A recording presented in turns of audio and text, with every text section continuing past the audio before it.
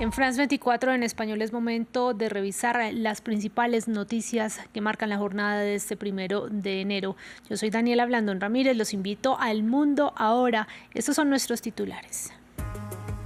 Alrededor de 40 personas murieron y 115 resultaron heridas por un incendio provocado por una explosión en el bar de una estación de esquí en Suiza. Las autoridades descartan un atentado y apuntan a que pudo ser un accidente. Zohran Mamdani se comprometió a respetar la Constitución de Estados Unidos y las leyes de Nueva York. El ya alcalde juró en la icónica estación de City Hall. A sus 34 años es el segundo regidor más joven de la ciudad y el primero musulmán. En Yemen, el principal grupo separatista del sur del país anunció un acuerdo para coordinar sus operaciones con las fuerzas gubernamentales reconocidas internacionalmente. Una noticia que no es bien recibida por sus aliados, Emiratos Árabes Unidos y Arabia Saudita respectivamente.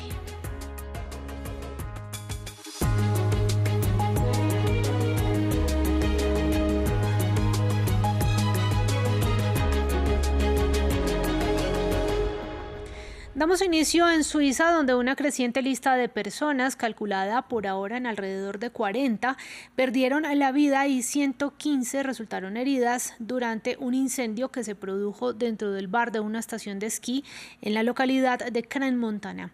Las autoridades descartaron un atentado y dijeron que los indicios muestran que pudo tratarse de un accidente. Ampliamos a continuación. Fue en este bar donde el Año Nuevo se convirtió en una tragedia. Hacia la 1:30 de la madrugada del miércoles al jueves se produjo un incendio en el bar de Constelación de la estación de esquí de Crans-Montana en los Alpes suizos. Aquí vemos el interior una vez extinguido el fuego. El incendio se extendió y provocó varias explosiones. Más de un centenar de personas se encontraban en el local en ese momento para celebrar el Año Nuevo. Pensé que solo eran fuegos artificiales, como los del 31.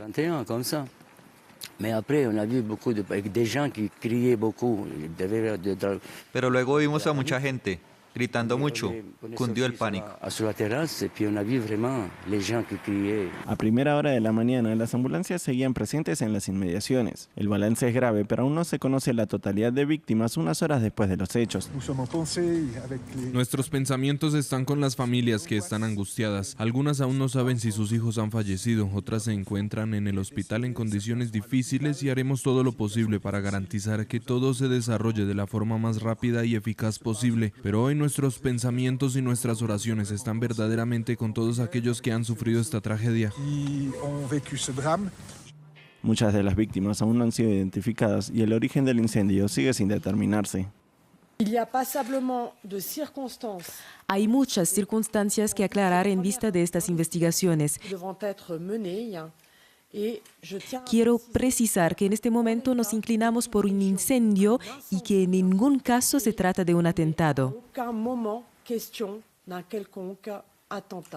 Se han movilizado más de 40 ambulancias y 10 helicópteros para trasladar a los heridos a los hospitales. El más cercano, el de Sion, está saturado, por lo que otros heridos han sido trasladados a Zúrich, Lausana y Ginebra.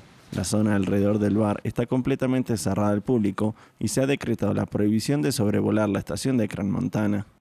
Vamos a Estados Unidos. Zohran Mamdani juró el cargo como nuevo alcalde de Nueva York.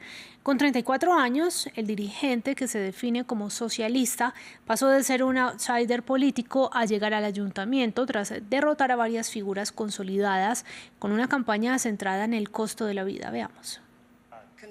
Nueva York tiene un nuevo alcalde para 2026. Zohran Mamdani eligió un lugar simbólico para la ceremonia, uno que subraya un pilar de su campaña. Este es realmente el honor y el privilegio de toda una vida. Y después de haber jurado como alcalde de la ciudad de Nueva York,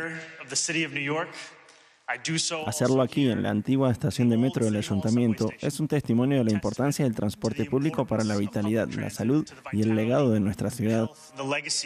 Mamdani nació en Uganda de padres indios. Se mudó a Nueva York cuando tenía 7 años. Su trayectoria multicultural es similar a la de muchos habitantes de la ciudad. Se convirtió en ciudadano estadounidense naturalizado en 2018 y antes de entrar en política probó suerte como rapero y jugador de cricket. Mamdani es el primer alcalde musulmán de la ciudad. En lo político se define como socialista y apuesta por una transición climática equitativa. Durante la campaña defendió medidas para proteger a los más vulnerables. En una de las ciudades más caras del mundo propone control de alquileres, transporte en autobús gratuito y plazas de guardería gratuitas para todos. Hay personas que consideramos neoyorquinas y que ya no pueden permitirse vivir aquí. Eso es una vergüenza, es inaceptable y no tiene por qué ser así. En noviembre, Mamdani se reunió con Donald Trump. Ambas partes intercambiaron insultos antes del encuentro. Muchos esperaban una reunión tensa, pero en su lugar, los dos se mostraron distendidos y adoptaron un tono cooperativo, comprometiéndose a trabajar juntos por el futuro de la ciudad. Y en Venezuela fueron excarceladas 87 personas que habían sido detenidas durante las protestas que se desataron tras las elecciones presidenciales del 2024, cuando el presidente Nicolás Maduro fue proclamado reelecto para un tercer mandato en medio de las denuncias de la oposición sobre fraude electoral. La información fue revelada por el Comité de Madres de Defensa de la Verdad, que detalló que las liberaciones ocurrieron en el penal de Tocorón, en el estado norteño de Aragua. Un hecho similar ocurrió el 25 de diciembre, aunque la cifra reportada de excarcelados varía entre 60 y 99 según la fuente. También en el sur del continente americano, en Brasil, la Corte Suprema se pronunció en contra de la solicitud de detención domiciliaria para el expresidente Jair Bolsonaro.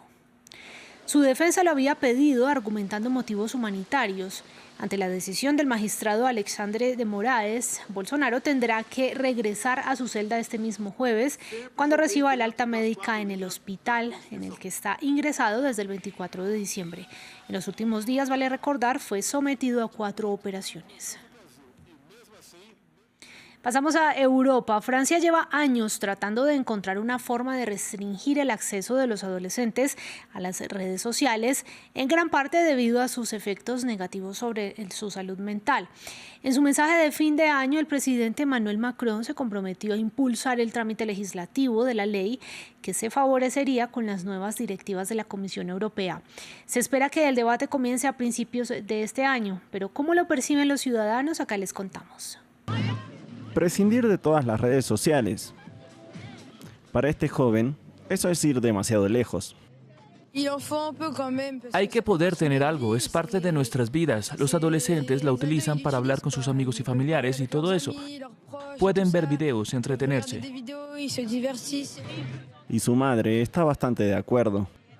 Él gestiona bastante bien su uso de las redes sociales, sabe cuándo parar, así que para nosotros no es un problema. Pero al otro lado de la pista de patinaje sobre hielo, este padre y su hija no están de acuerdo en este tema. Ella se opone a la prohibición para los menores de 15 años. Sería un poco extraño que lo prohibieran. Creo que crearía un vacío en nuestras vidas. Pero su padre está totalmente a favor. No dejo de explicarle que en realidad todo el tiempo que pasa en las redes sociales es tiempo que pierde para conocer a otras personas, salir, hablar con sus amigos o ver películas, ir al teatro y otras cosas. Por eso intentamos limitarlo. Ciberacoso, problemas para dormir, exposición a contenidos inapropiados. Las autoridades francesas quieren aprobar una ley para impedir que los adolescentes y los niños tengan acceso a las redes sociales. Pero ¿cómo funcionaría eso? Ya existe tecnología para comprobar la edad del usuario de un teléfono. Naya, de 14 años, decide probarla. Pon tu cara en el marco hasta que el círculo sea verde. Con un video selfie y un documento de identidad, el veredicto de la aplicación es rápido. Naya es demasiado joven. Aún no cumple el requisito de edad. El sistema ya se está utilizando en Australia para gran disgusto de empresas tecnológicas como Meta y YouTube. Estas han criticado la prohibición. El proyecto de ley francés, que será revisado por el Consejo de Estado el 8 de enero, también propone la prohibición de los teléfonos en los institutos, como ya ocurre en los colegios. Y desde este jueves 1 de enero, Bulgaria entró en el club de la zona euro, lo que implica que su moneda local, el lev, ya es historia. En su lugar llega el euro, que ahora es la moneda oficial de 350 millones de personas en la Unión Europea. Su adopción generó reacciones mixtas, con algunos celebrándolo como un hito y otros preocupados por posibles alzas en los precios de la canasta familiar en un país cuyo gobierno recientemente dimitió en medio de protestas generalizadas contra las propuestas de subida de impuestos. Y las autoridades turcas estiman que unas 500.000 personas se unieron este jueves a una manifestación pro-palestina en Estambul. Exigen el fin de la violencia en la Franja de Gaza, que a pesar del alto al fuego logrado con la mediación de Estados Unidos y del propio Turquía, sigue siendo objeto de ataques esporádicos de las fuerzas israelíes. Uno de los organizadores de la protesta es Bilal Erdoğan, el hijo menor del presidente turco. Precisamente Recep Tayyip Erdoğan ha sido uno de los principales críticos de la guerra en el enclave palestino. Y en Yemen, los separatistas del Consejo de Transición del Sur anunciaron un acuerdo para coordinar sus operaciones con las fuerzas gubernamentales. El movimiento, que tomó amplios territorios en las ciudades de Hadramaut y Al-Mahara, con el respaldo de Emiratos Árabes Unidos, provocó el malestar de sus aliados en el gobierno, apoyados por una coalición liderada por Arabia Saudita, que les exige retirarse. Los separatistas del sur de Yemen dan un paso atrás. El Consejo de Transición del Sur, CTS, de línea separatista, anunció un acuerdo que prevé el despliegue de otra fuerza gubernamental en las zonas que ha controlado en las últimas semanas. Un anuncio de retirada que ahora intenta materializarse sobre el terreno. El CTS asegura que sus fuerzas seguirán operando en las provincias de Hadramaut y Al-Mahra, pero que lo harán en coordinación con las fuerzas gubernamentales del Escudo de la Nación respaldadas por Riad. Sin embargo, estas declaraciones chocan con la realidad y podrían abrir la puerta más adelante a una confrontación entre antiguos aliados en Yemen, Emiratos Árabes Unidos y Arabia Saudita. Los separatistas siguen insistiendo en la creación de un Estado independiente con el respaldo de Abu Dhabi, especialmente después de haber logrado, según ellos, importantes avances militares en Hadramaut y Al-Mahra. Una aspiración que choca con las advertencias de Arabia Saudita, que alerta del riesgo de arrastrar a toda la región en una situación de caos e inestabilidad. En los últimos días, el reino lanzó ataques aéreos contra el pueblo de Mukalla, asegurando que tenían como objetivo un cargamento de armas procedentes de Emiratos Árabes Unidos y destinado a apoyar al Consejo de Transición del Sur. Ahora vamos a Irán, donde se han registrado varias muertes en medio de las multitudinarias protestas en contra de la crisis económica que vive el país tras la drástica devaluación de la moneda local frente al dólar y una inflación disparada. Por quinto día consecutivo continuaron las movilizaciones y en la noche de miércoles a jueves se registraron disturbios, según denunciaron medios y grupos de derechos humanos. Y en noticias del año que llega y el otro que se va, vamos a ver la multitudinaria celebración de Nochevieja en la playa de Copacabana de Río de Janeiro, que quiere renovar su récord de Guinness de 2024 como la mayor fiesta de fin de año, con más de 2,5 millones de asistentes. 19 barcos ofrecieron un espectáculo de 12 minutos de fuegos artificiales para despedir al 2025. Y en Italia, estos avesados nadadores desafiaron las gélidas aguas del río Tíber en Roma para dar la bienvenida al año nuevo con un salto desde el puente Cavour, que se convirtió en tradición desde 1946 y que es presenciado año tras año por cientos de espectadores. En aguas quizás menos frías, cientos de nadadores se lanzaron al mar en la playa de Barcelona para participar, luciendo gorros navideños en el también tradicional primer chapuzón del año en el Mediterráneo. A pesar de que los acompañó un radiante sol invernal, la temperatura en el agua apenas superó los 14 grados Celsius. De esta manera despedimos este informativo, pero yo los invito a que se queden con nosotros en France 24 y también en france24.com y en nuestras redes sociales.